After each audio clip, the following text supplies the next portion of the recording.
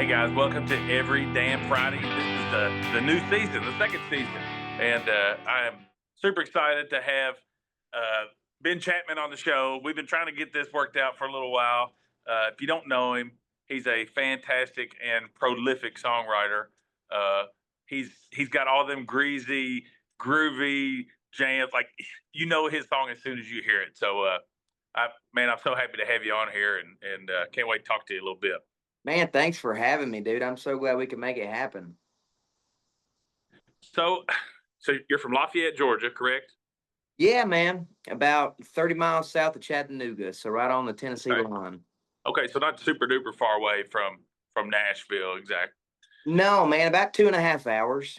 Okay, that's about how far I am up here in Kentucky. So kind of, I don't know. Tell me the story because I've read it. You know, I've seen where Channing said, "Hey, you need to go do this thing," but kind of how Yeah, did it all man. play out? Dude, I've been playing since I was probably 13 or 14, and then, started wanting to write songs when I was, I don't know, 15 or 16, and I met Channing. We met at a 4th of July party. He was playing on somebody's back porch, and my mom, everybody knows Channing in my hometown, and my mom was like, hey Channing, can my son get up there and play a song? And You're like, and I damn, was like, Mom, please, like, no, God, no, Mom, please. And Channing was like, sure, get him up here. And I got up, and Channing was like, what do you want to play, son? And I was like, I don't know, just whatever you want to do. And he said some Waylon Jennings song or something like that. And he goes, you got a capo? And I go, no, man, I forgot it at home. And he goes, I bet you won't do that again. And just tore off right into the fucking song and just left me hanging. And then I fended for myself and figured it out. And he was like, all right, you're pretty good. You can hang in there. like Colonel Um, Bruce, the what is it? Threat of vomit.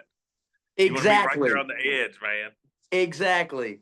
And so me and him just hit it off, and for the love of the same kind of music and that kind of thing. And then, I showed interest uh, for songwriting and started writing with him. And he kind of showed me the ropes on like the Guy Clarks and the Towns Van Zants and, the songwriters, Right. the Dylans and all that kind of stuff. Because I was just kind of a Skinnerd, Allman Brothers, just super classic rock head.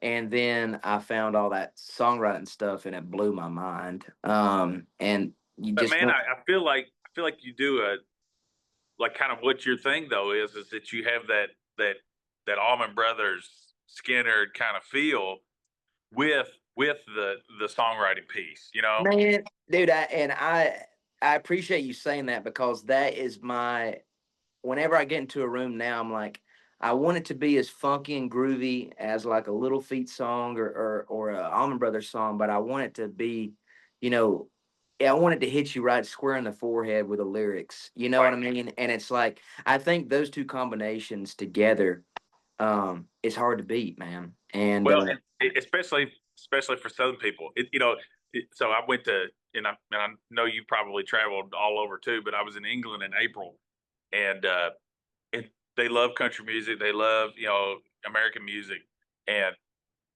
but when they try to do it, and I'm not throwing shade, but like there was one fellow that we got to know, and we're listening to some of the music, and it's just hard to convey that Southern thing if you're yeah, not man. if you're not Southern, and it just comes natural when you've been there, and I think people take that for granted, like how hard that is to do. Man, it really is. And like you said, no slack to anybody over there, but it is, you can just see it on their face that they kind of don't know like they know the words to use, but they don't actually, Yeah, they've never said them, you know what I mean? yeah, exactly. And but I'm like, man, why don't y'all just be like Bob Dylan, man? He's a Yankee, and he's a badass. Yeah, It's just like that. just do your It's thing. exactly, exactly. And I think that's just like, is I think it took me a while to find my thing and be myself, because I was just trying to replicate so many people.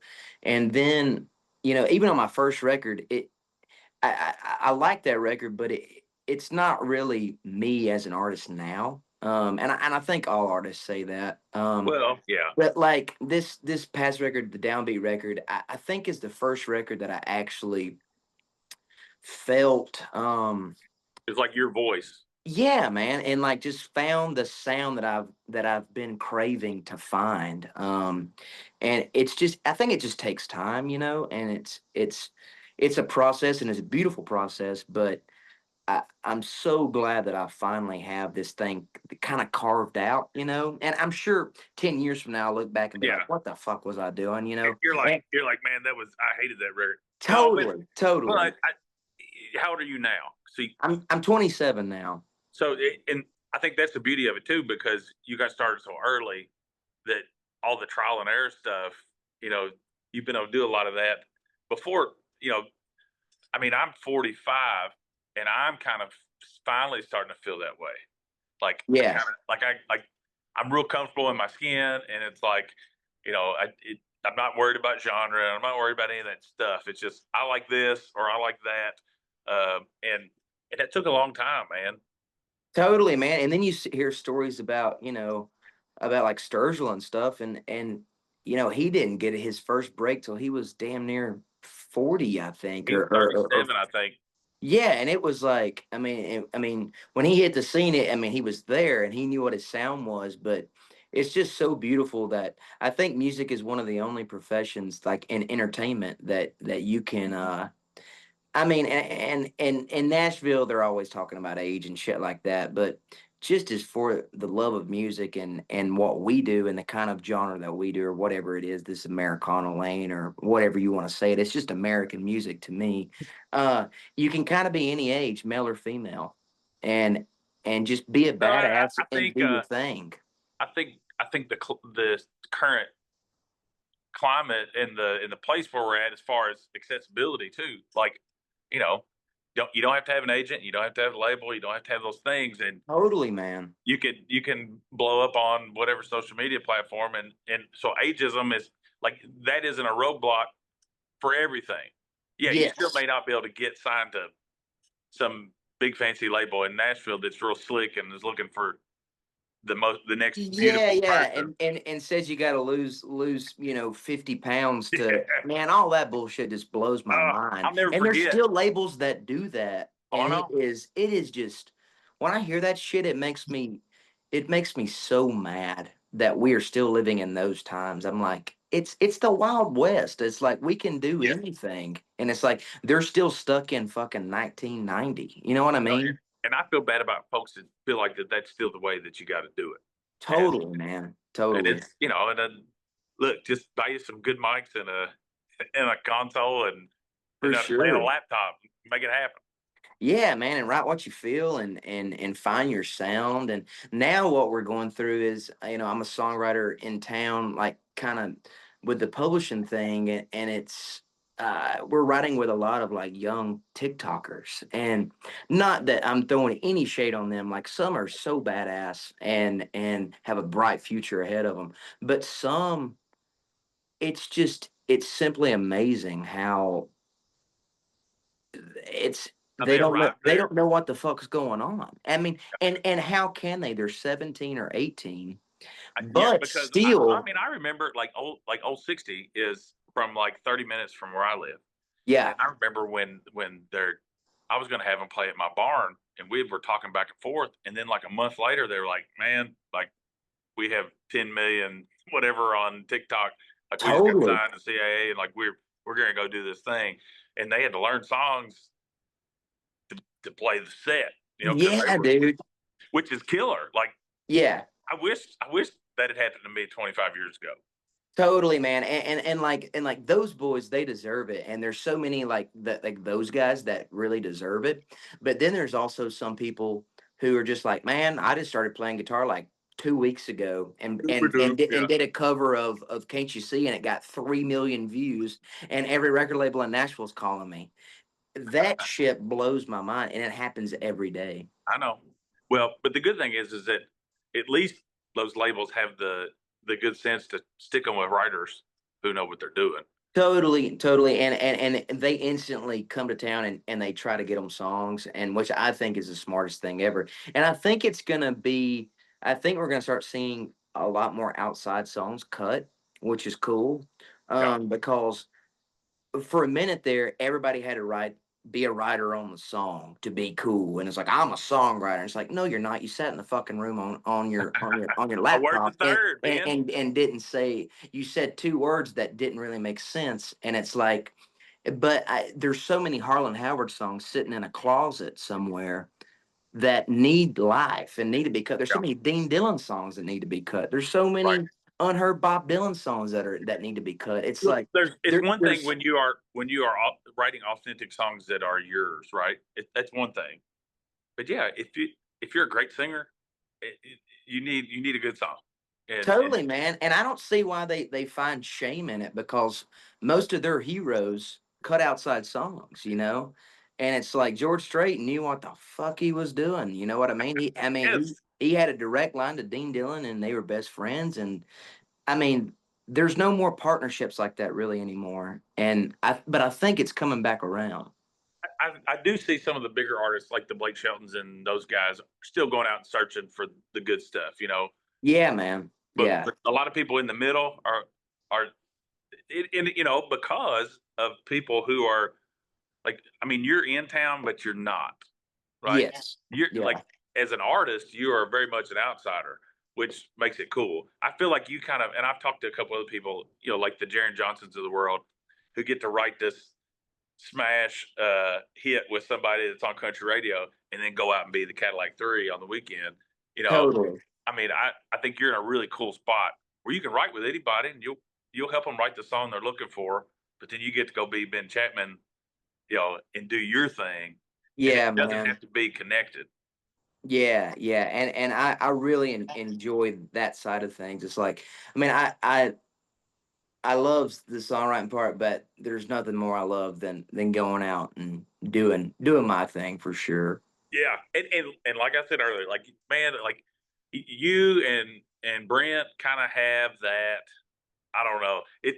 It's my favorite because I am a huge Little Feat fan. I am a huge Allman Brothers fan. It's like whenever the song starts, it's got like a '70s analog kind of thing, and you know, I don't know.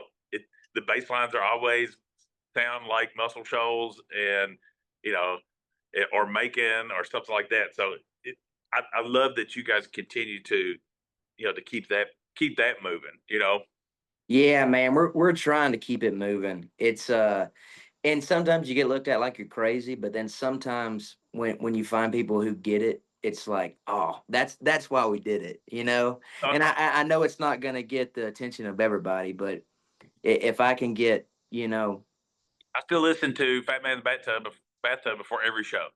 it, That is dude, that is same, my like man.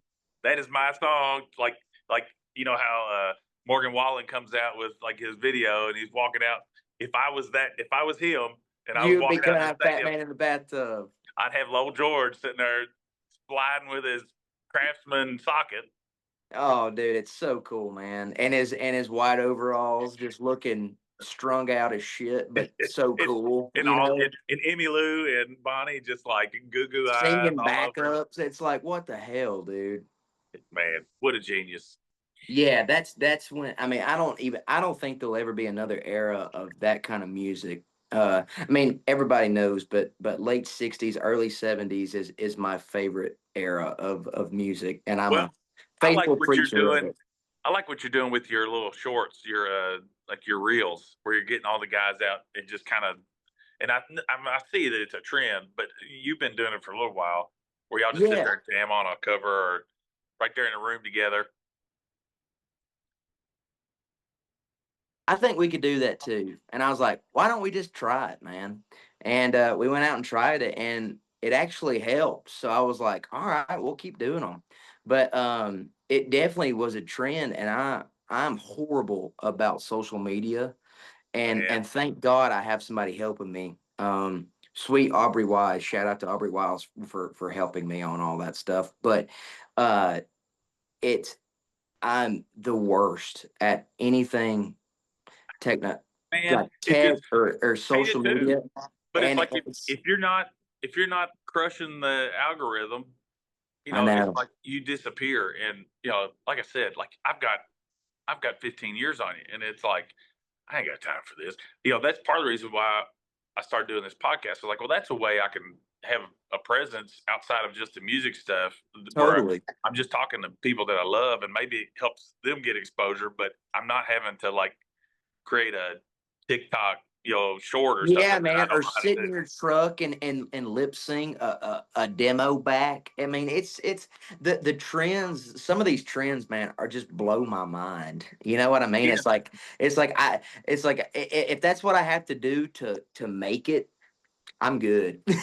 It's just like me. I'll just have my day job and I'll go play my shows that I want to play. I guess. Yeah, man. Yeah, dude. To me, it's like whatever making it is, I've already made it in my book. I get to write and sing and play with people that I love and have the respect of people that I respect. And that's to me, that's everything to me. And of course, love, when people find me and dig it. But I think that's why I got into it is to for the respect of my peers and Yeah. just Well, that's a doing what we good love, man. that's a beacon.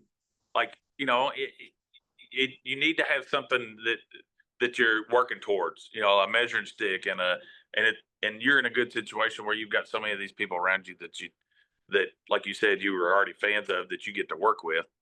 Um, Tell me, how did Meg get into the picture? Because you all were writing partners too, correct? Yeah, yeah, yeah. So Meg and I met. We met at a writers' round called Revival. I don't know if you've Okay. heard of Yeah. Revival, but it was a writers' round in town, and they were having a round down on Broadway for some reason. There, right before COVID, they started having some stuff on Broadway, that was for Revival. So it was down there that night. So I go down to Broadway. I'm in the round, and I'm not in the actual round that Meg's in, but somehow something got switched around, and I got up with Meg, and my guitar went out, and I was like, "Hey, can I use your guitar?" And that just kind of started our whole Like hell connection. no. Yeah, yeah. And then we started writing songs, and I was pretty much in love by like, you know, Day two. yeah, yeah, pretty soon. And we just kept writing for a couple months, and then we got together and never looked back. We're married and a kid on the way, and No, I saw that, man. it's Listen, pretty crazy, man. that'll. I always tell people like it'll fuck up your life in the best possible way. It's like, it's like it's all this stuff that you're just there's no way you can prepare for, but you're like, how did I live before I had this baby, Totally, totally. And then you'll be And like me. I got one going to college this fall, and I've got one that's going to be a senior, and she's beautiful, and I've got an eighth grader who is just a little turd that is driving me crazy. So you'll be there someday too. That's awesome, man. Yeah, I was writing with this writer yesterday, and he was like, this old writer gave me a piece of advice, and he said he had a kid on the way, and he was like, everything you love is going to be wiped away. He said you might as well forget it. Everything you love, but it's going to be replaced with something that you love 10 times more that you never thought you could love anything like that. And It's amazing. I was just like, I was like, damn, that's good. I was like, And there's going to be you're going to write a lot of songs. Is it going to be a boy or a girl? Do you know yet? it's a boy. It's a boy. There's going to be a lot of little boy songs probably too there for a while. Oh yeah, man. Oh yeah, we've already got one on the. So I went back in with Anderson East and cut another record. We're finishing up the final touches next month, Okay. and so we'll have 12 new songs done, and a couple songs are already about the baby. Yeah. So even before he gets here. If it sounds anything like Anderson's new record he just put out, I'm sure it sounds pretty Oh badass. man, dude, that record's great, isn't it? Hey, what about Peach Jam? So, kind of how did you get hooked up with the basement and start doing that kind of stuff? Yeah, man. I was working with a guy, the guy who kind of was our champion in town, Jake Gear, and this was probably in 2019. And he was like, "Man, you need to start like a little showcase thing, just to spread the word and spread your kind of music that you like." And I was like, "Well, okay." And he was like, "I think I can get you a gig at the basement." And So we started that and did it once a month the first year, and that was hell. That was a lot of damn work, What? and I Yeah, was just not. trying to get. Look, it's hard to Yeah, get man, one just of trying these to interviews a circulate week. it and trying to get all the people in line and trying to get songs and having band practices every day, learning the songs. And it made us a great band, but it was a lot of damn work. And then the second year kind of got beat up by COVID. And then we came back in 2021 and um, we did it quarterly. And that's what we've been doing ever since. You at the And Beast now? yeah, we're at the Are you still? Beast now. Yeah, it moved over to the Beast to I guess last year.